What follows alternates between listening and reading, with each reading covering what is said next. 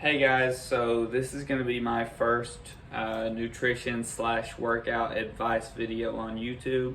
I write a lot of friends and family programs, and I really love coaching and helping people. I don't really get paid for it, but it is something I enjoy, spreading knowledge and helping people stand on the shoulders of others to see how far we can take exercise and sports science, right? So I was just going to make this video about how to properly lose weight for my cousin-in-law, and I figured maybe it could help multiple people. So I have a couple notes here. I just wanted to start by saying the very beginning of this base of knowledge I'm going to explain isn't really anything I came up with. It's very simple. I think I got it from a Brendan Teets video. And when I explained about the whoosh effect, which has given me doubts in my own diet, and I didn't really understand it until recently, I think I got that from a Freaky D video on YouTube. Okay, so let's get started. So the first thing you're going to want to do if you want to lose weight is you're going to count your calories each day for 2 to 3 weeks, and you're going to weigh yourself each morning under repeatable conditions. So you're going to use the same scale after the bathroom in your underwear. You're going to record all your calories each day. You're going to record your weights.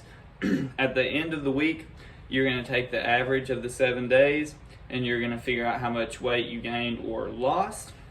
You're going to do this by using the knowledge of there being 3,500 calories in a pound, and you're also going to find what the average calories you ate per day was. Okay, so for example, let's say that you add up the 7 days, you divide by 7, and you find that your caloric average per day was 2,500, and you had a 0.2 pound weight gain, okay? So that's 100 calorie surplus per day. So how did I find that? If you multiply 3,500 calories in a pound times 0.2 pounds weight gain over 7 days, that's 700 calorie surplus over that 7 days. So you divide by 7 days to get 100 calorie surplus per day. 3,500 calories in a pound times 0.2, which was the gained, equals 700. Okay, so that's 0.2 of 3,500 divided by 7, you get 100 calories.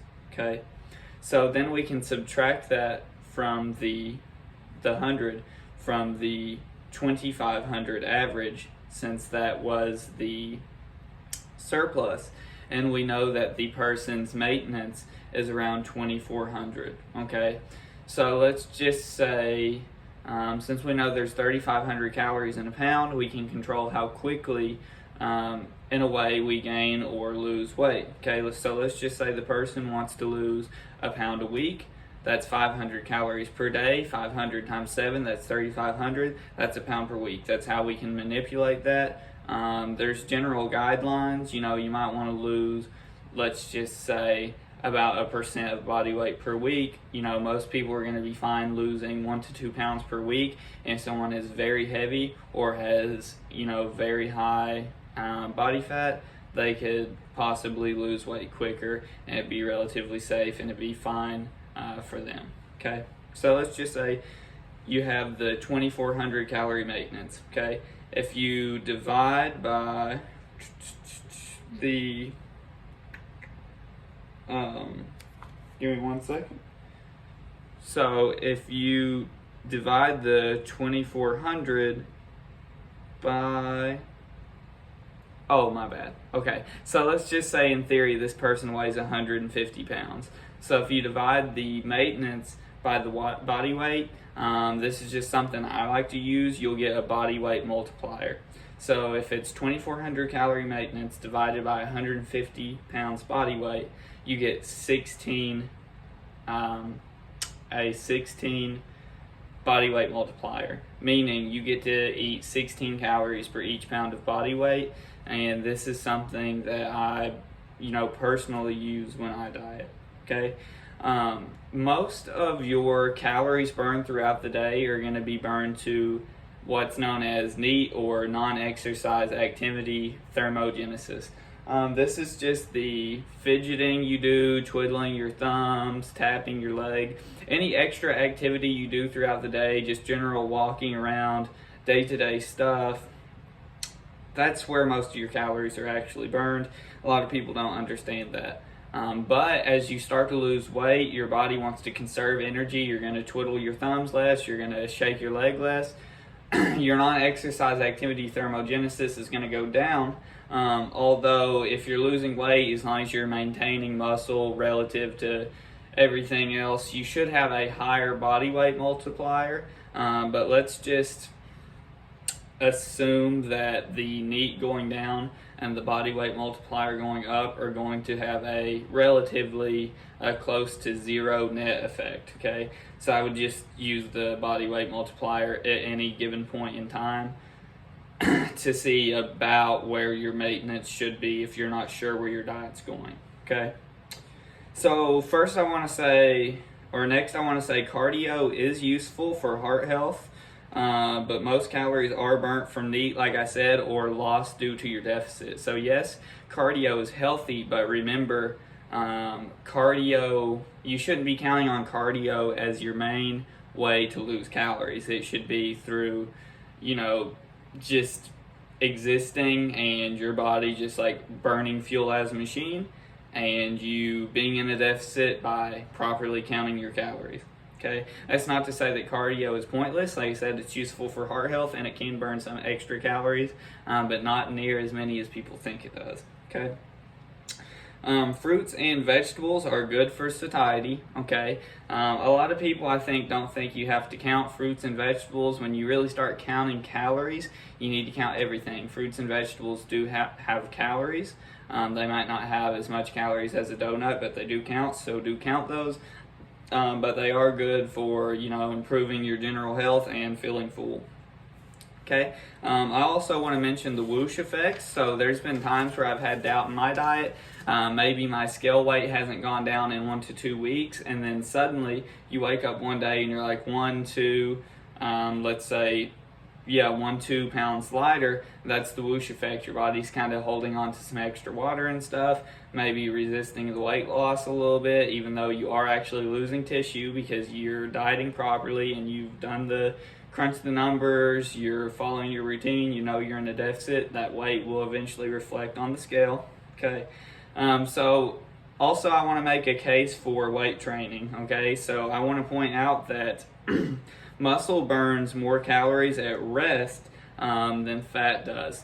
So if you are more muscular, all other variables equated for, you will be able to consume more calories. And when I say all variables equated for, I mean if you have two identical twins, so they have the same genetics, right? And they have the same job, same day-to-day, same stress, but one is more muscular than the other one. The more muscular one will be able to eat more food, and they will be burning more calories at rest. Okay?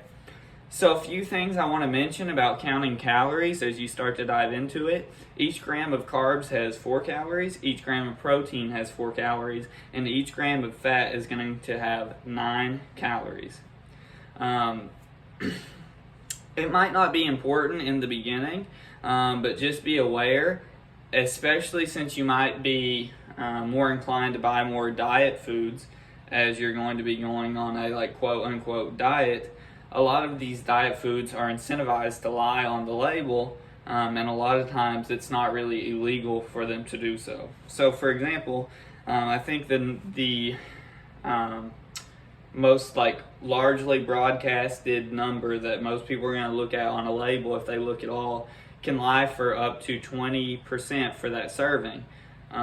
If you actually want to know how many calories are in something, you need to look at how many servings there are and multiply the grams of protein times 4, the carbs times 4, and the grams of fat times 9, and add it up to see the real number of calories per serving. Sometimes that varies from the nice rounded American number we're used to seeing on a nutrition label. Okay.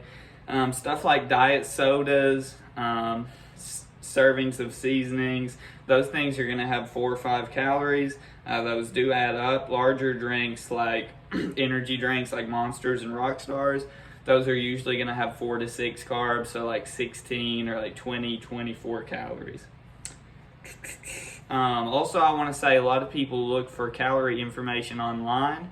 A lot of these websites like Fat Secret, for example, may be great for somebody, but they don't have numbers that necessarily coincide with what I've seen and what I trust. So what I suggest is making sure to find product labels and look up nutritional PDFs. So if you go to a restaurant, go to the website, find the nutrition PDF. If you ate something that you know you could find at a store or something, find a product label.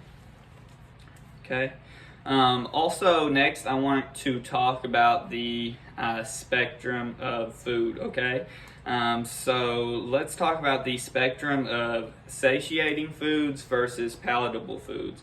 So satiating foods are foods that are going to help you feel full and keep you, as the word implies, satiated.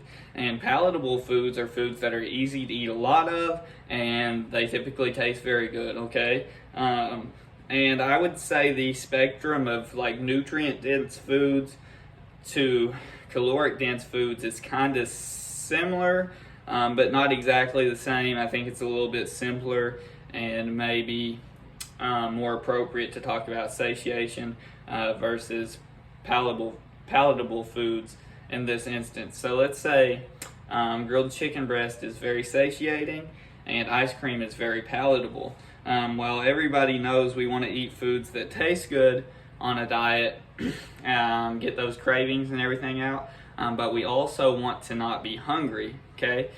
So if you can enjoy that ice cream or candy bar, fit it in your calories, and be very palatable, make you feel good, and not be hungry, that's fine. But if you need to eat, let's say, more vegetables or chicken breast to be satiated and not feel those cravings and not be hungry, then you should always be balancing and catering that to your specific needs. And so I think that's everything. I really hope this helps somebody. So if you have any questions, comment it down below. Kiss, kiss. Goodbye.